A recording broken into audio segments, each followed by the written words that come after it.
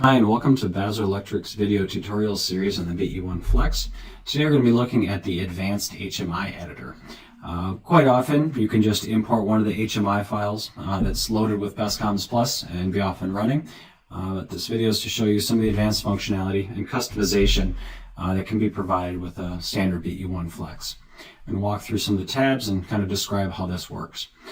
There's the home screen, which is what we're setting up in this particular instance.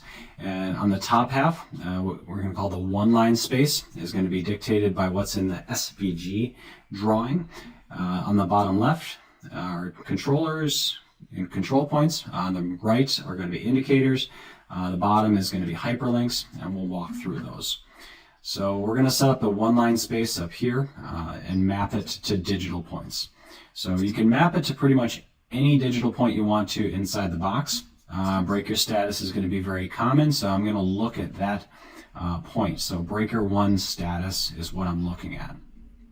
Under rules, this is going to say, based upon that digital point, what am I going to do with that SVG drawing? This particular SVG drawing, again, looks like this, but it actually has another layer on it that is going to be called breaker open, and that breaker open is going to overlay a green and breaker open position. So when the breaker is false, so that breaker is open, I want to show that extra layer. When it's true, I'm going to look at that same chunk. Breaker open is a name that I had put in the SVG file. I'm going to hide that, and by hiding that, I'm going to show the breaker closed position. And then typically under error, you're going to want to set up some sort of visualization that tells you if that breaker doesn't exist. I want to make sure that I'm not accidentally showing the incorrect breaker status. So I've got a layer in that drawing called base layer, and I just hide it. And that way I'm not showing information that I do not know is true. And that's going to be this one-line space. And then you could just rinse, repeat that methodology for as many breakers, in whatever sort of status you want. So digital points, define the points you're looking at. Rules, define what you want to do when those points are true or false. Now we have some queued up here for drop-downs with visibility hidden or hidden or visible. But you can use any JSS commands in this window, whether it's coloring, flashing, rotating, and all of those values will be recognized, assuming it's standard JSS code. So next we're going to be looking at indicator data. Normally this is going to be blank if you're just using the standard, first up to first 8 that are enabled in the settings, and that's going to be these indicators over here on the right. They are going to be shown under best logic under indicator summary, and it's going to show you which ones are turned on.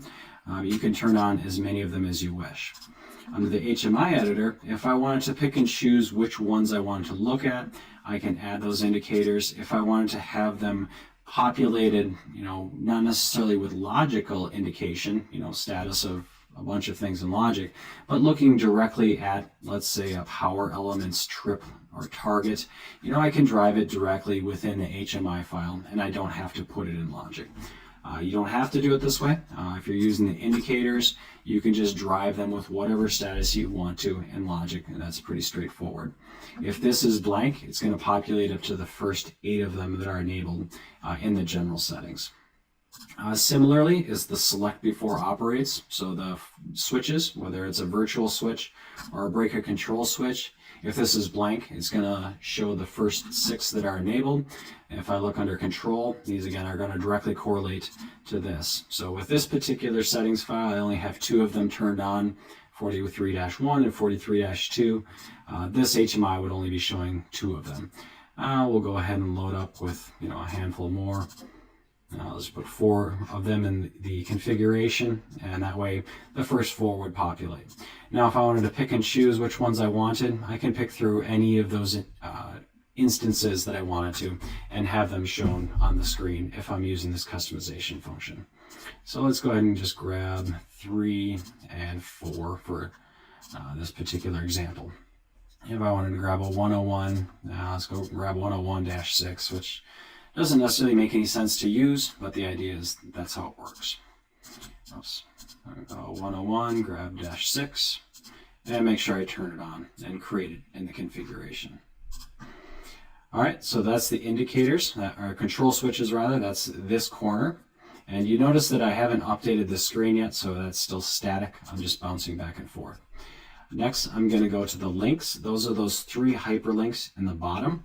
And the links are going to correlate to the same way a hyperlink would on a website, other places. I can look at any sort of metering. I can look at, different pages, and I can map those to hyperlinks in the full menu. If you're looking for what page you can go to any page that the device can support, through its home screen. So just work through the navigation. And if you can't find the screen, you can also look at our simulator to pull it offline, and it's just in the address bar across the top. So if this is blank, it has 3 of them by default, but you can name any up to 3 pages that you wish. Maybe I want to look at my breaker monitor status, and grab one more. Let's just go to let's see, my synchrophaser configuration, just random choices for this example, and those will populate across the bottom. You can name them as you wish. So if this is just tab 1, I can name it tab 1, tab 2,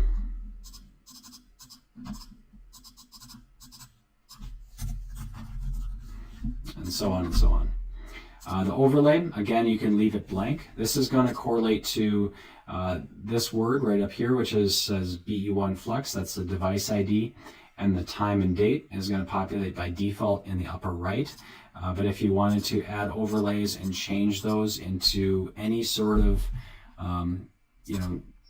standard high-level application information about that BE1-FLEX, such as time, date, ID, names, you can do so, and you can also move it around. So if you don't want it in the upper left or upper right, you can change some of the style here and move it around. But for the most part, device ID in the upper left and time and date in the upper right is pretty typical. So now that I've set all that up, I can click my Show or Update Preview button. And now when I update my thumbnail, I can see those 43.4, 43.3 that I created, as well as 101.6. I didn't change the indicator count, so it still shows 8 of them. And then down here, I see those hyperlink tabs that I had created and renamed. And that's the update thumbnail. Just by curiosity, this does have a simulator built in. So if you wanted to know how that SVG is being toggled, if that breaker status is enabled right there in the breaker, it's going to show that drawing. If it's disabled, it's going to show that one, and that's how that simulator would work. So now that I've got that all set up, I can just go on with the rest of my settings files. I can also export that and do whatever I want to in the rest of the settings. So that's the Advanced HMIC Editor. Thank you very much.